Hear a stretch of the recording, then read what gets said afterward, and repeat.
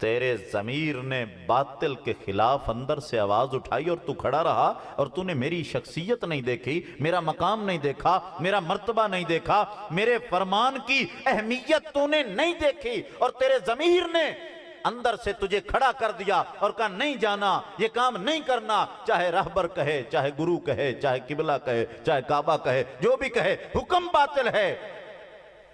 تو نے سامنے والے کی پرواہ نہیں کی، تو جو ضمیر باطل کے خلاف ڈٹ جائے اور سامنے والے کی پرواہ نہ کرے، اسی ضمیر کو تو حسین کہتے ہیں۔ انسان کو بیدار تو ہو لینے دو، ہر قوم پکارے گی ہمارے ہیں حسین۔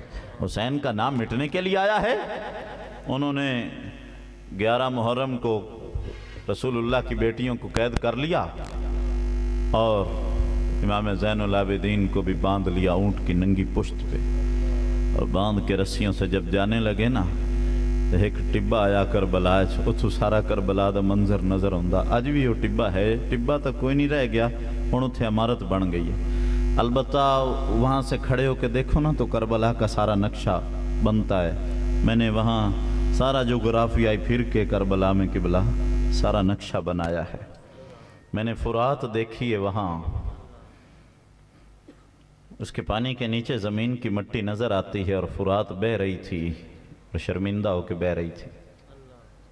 مجھے مولانا ابو الکلام آزاد کا ایک جملہ یاد آیا فرات کے کنارے۔ اس نے کہا تھا، فرات سنبھال کے رکھ اپنے پانی کو، اے فرات اپنے پانی کو سنبھال کے رکھ۔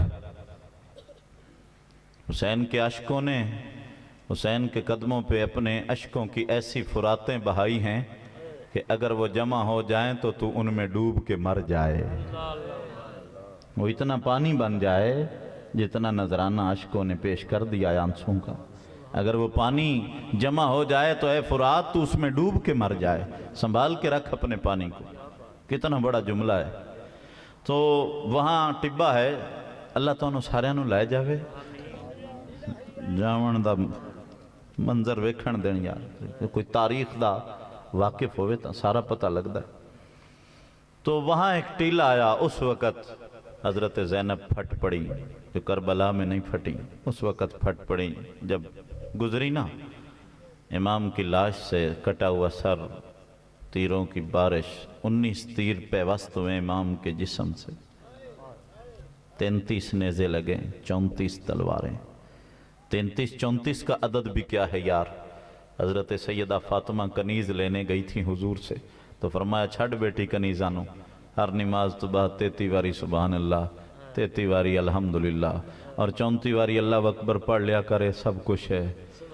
اب سمجھ آیا 33 34 کا عدد میرے نبی نے اپنی بیٹی کو کیوں دیا تھا۔ جب کربلا میں 33 نیزے لگے اور 34 تلواریں لگی، تب راز کھلا کہ جب تک لوگ نماز پڑھتے رہیں گے انہیں کربلا والوں کی قربانی یاد آتی رہے گی۔ حسین کے 33 34 زخم یاد آتے رہیں گے۔ 33 نیزے لگیں، 34 تلواریں، 19 تیر جسم سے پار ہوئے۔ فرزند رسول جب گھوڑے سے زمین پہ گرے ہیں تو پوری قوت کے ساتھ اٹھ کے بیٹھ گئے اور کعبہ کی طرف منہ کیا اور سجدہ فرمایا، اور اپنے غلاموں کو پیغام دیا کہ ہمارے ماننے والوں سجدہ اس حال میں بھی نہ چھوڑنا۔ یہ پیغام حسین ہے۔ گل سمجھ رہے ہو؟ ہم کہاں سے چلے تھے؟ میں اس روایت پہ کھڑا ہوں جہاں سے ہم ٹوٹے ہیں۔ یہ پیغام دیا امام علی مقام نے کہ ہمارے ماننے والوں نماز اس حالت میں بھی نہ چھوڑنا۔ مولا علی کی نماز اثر قضا ہوتی ہے، اور قضا کیویں ہو گئی بھائی؟ حضور نے حکم دیا، علی ادھر آ، جی سونا جولی بچھا، میں نے سونا ہے۔ حضرت علی نے نماز اثر نہیں پڑھی تھی۔ سوال ہو جاندہ کیوں نہیں پڑھی آئی بھائی؟ مولا علی کیوں نہیں پڑھی تھی؟ سرکار کیویں پڑھ لئی؟ سوال کریں دے نا۔ یہ یزیدی لبدے ودے ہوندن کوئی نہ کوئی بہانہ اہل بیت دے خلاف، سمجھے ہو جی؟ لیکن انشاءاللہ انہاں دا مکو ٹھپن واسطے اہل بیت دا غلام سامنے ہے انشاءاللہ۔ سبحان اللہ۔ کیسے پڑھ لی؟ حضور نے پڑھ لی، مولا علی نے نہیں پڑھی، یہ کیسے ممکن ہے؟ بھئی اس وقت قافلے چلتے تھے ٹولیوں کی صورت میں،